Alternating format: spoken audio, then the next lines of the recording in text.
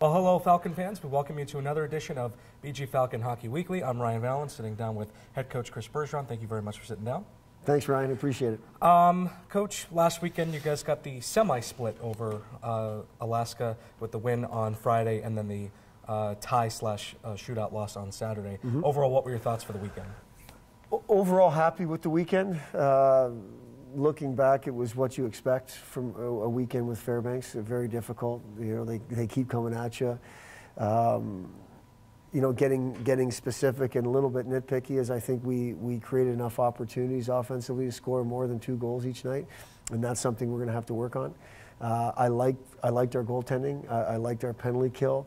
I thought we defended fine, but a lot of that was goaltending. You know, like we put some unnecessary pressure on our goalies to make saves in times where I thought it was something that we need to be sharper with moving forward. But overall, I think when you look at both from a process perspective, I think the process both nights was pretty good. And where did that start? I thought we competed pretty hard both nights. It wasn't a full 60 or 65 or 70 on Saturday, but I do think we got better as the game went on Saturday, probably better part of the second, all the third, all of overtime, where Friday we started really good. The first and second, I think, were okay, and the third wasn't great. So we're still searching for that full 60-minute effort, but that's something at this level, it's very difficult. You know, these are young people, and you've got somebody pushing back, which makes it difficult, but overall, I'm happy with the weekend. On Friday, Mitch McLean and Alec Rawhauser both got their first goals of the season, respectively. McLean has been, trying to get his offense going, and finally he was able to get rewarded for a goal. Yeah, Mitch is one of those guys that, based on his resume, has been part of the offense in the past, and he's on the ice all the time. He's involved in every situation.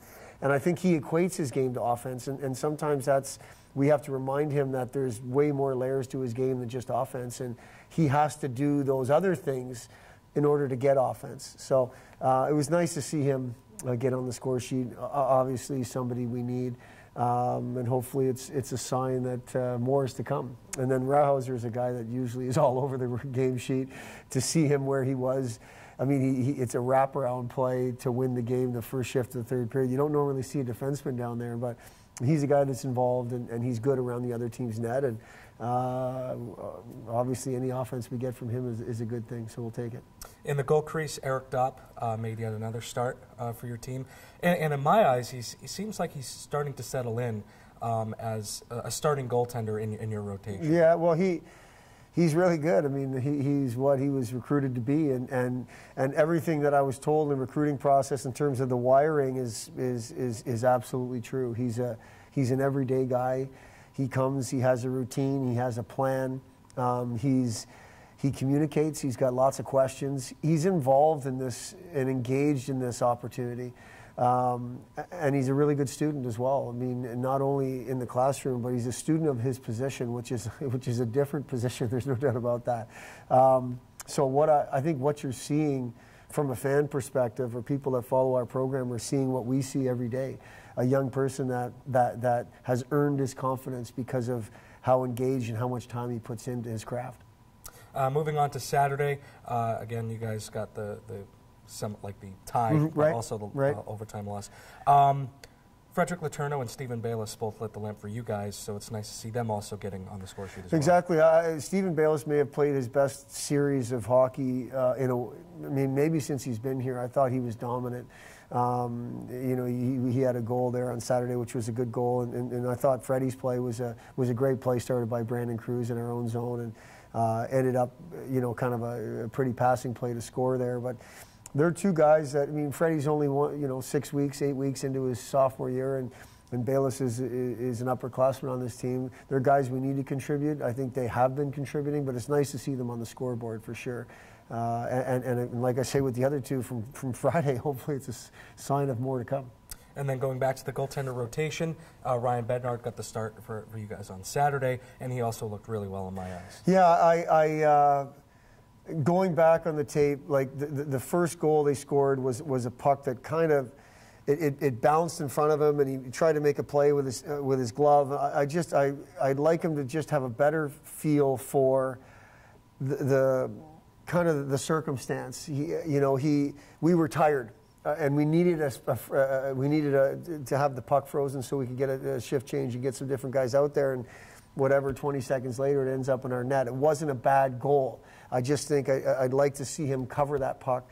But other than that, I don't have much to say negative. I mean, I thought he played really well. He made some big saves.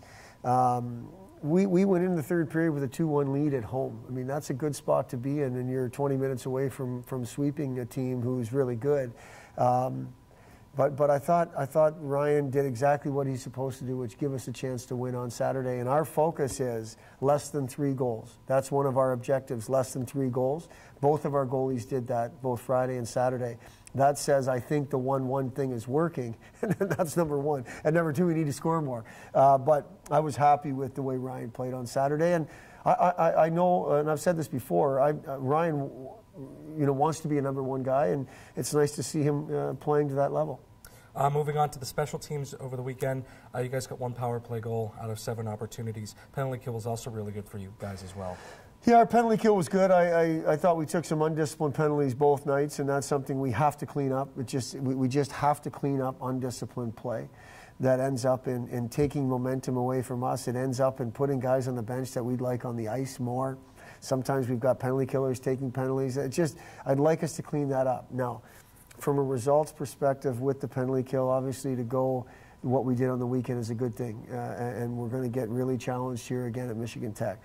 Power play, we got the 1 goal in the second period there. I liked how the power play looked. I mean, we moved Cruz to kind of running the 1 unit, and I thought they had some really, really good reps over the course of the weekend. So zone time, pucks on net,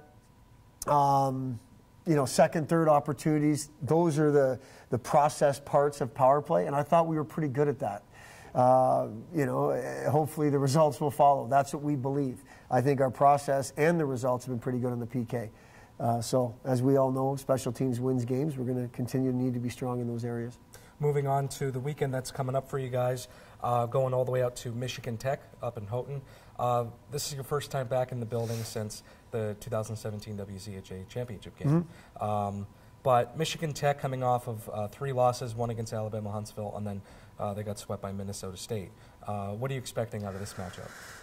Well, we've developed a rivalry with this team. I mean, they've done things that we want to do in terms of championships, in terms of going to the national tournament. They've had a coaching change, but it's the same mentality because it was one of the staff members that got promoted to the head coach. They play the game hard. They play the game fast. They play really well at home as far as we're concerned. You're right. The last taste in our mouth from playing up there was the WCHA championship team, with the exception of the result, which is huge. Was a really great experience for our program and our kids, and we're looking forward to the opportunity. This is similar to playing Minnesota State a couple of weeks ago. This is a team that was picked to be top in our league, and we're going into their building where we haven't played a lot on the road yet. I like the timing. I like the challenge. And I know that I think we're going to get a hungry team, Ryan. As you say, the results in the last 3 games haven't been what they wanted. And it has been what they're used to. They're used to winning. The confidence that this team has and this program has been earned from winning.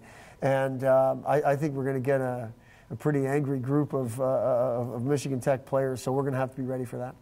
And then lastly for you, Coach, this is the first basically long road trip of the season for you guys, aside from going up to Western and Michigan State. Speak to playing on the road. Well, the length of the road trip is we've tried to figure out a way to make it, like, limit what the toll it takes on the bodies of our players by leaving Wednesday. So we think that part is covered. You get there first thing Thursday morning-ish. And then you practice Thursday, and you have a pregame skate Friday. So you've got lots of opportunity to get yourself right physically. Mentally, that challenge of staying together and staying focused in a very difficult, hostile environment, if you will. We haven't had a whole lot of that, as you say. And then these are league games. I mean, these games absolutely matter.